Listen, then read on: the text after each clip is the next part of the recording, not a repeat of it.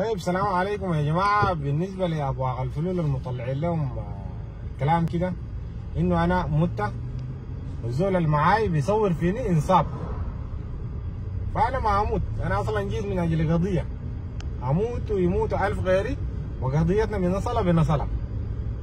وقاعدين يتكلموا عن إنه نحن ما لاقيين شحن ولا شنو عارف. المهم ما بيلقوا شحن، ناس قادتكم بتاعين البترول جوا هناك شايفيننا؟ قبل شوية صورناهم لكم من عبيد ختم لو هسي من هنا كويس. قايدكم بتاع البيدروم اللي هو ما بيلقى شحن لأنه ما عنده كهرباء ولا عنده بابور ذاته وقوده انتهى كويس. نحن لافين بكل ارتياح حاليا من لفتة الجريف شارع المطار وماشيين على السوق المركز كويس. فنحن كنترول الكهرباء في يدنا، نحن اللي بنجيب وقود الكهرباء، نحن اللي بنحرك الكهرباء.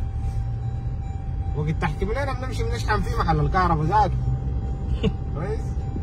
فنحن ما تقول لنا انك انت ما لاقي شحن، لا شحن انا لاقي واي حاجه، لكن بس مشغولين مع الفار حقكم التحت اللي ما داير يمرقوا اليومين دي. اما بالنسبه للورجاقه ناس ابو ساطور والرايد بتاع الاحتياطي والصعب الجنب ذاك، ابقوا رجال تعالوا هنا. ما قلتوا دايرين لوكيشن ودايرين وصف وبتاع، تعالوا خليكم من في البيوت ولا اي حاجه يا جماعه. زول قايده تحت زيه وزي الجقر فار واحد ماشي عشان يقول انا نظفت وسويت. نظفت شنو يا اخي؟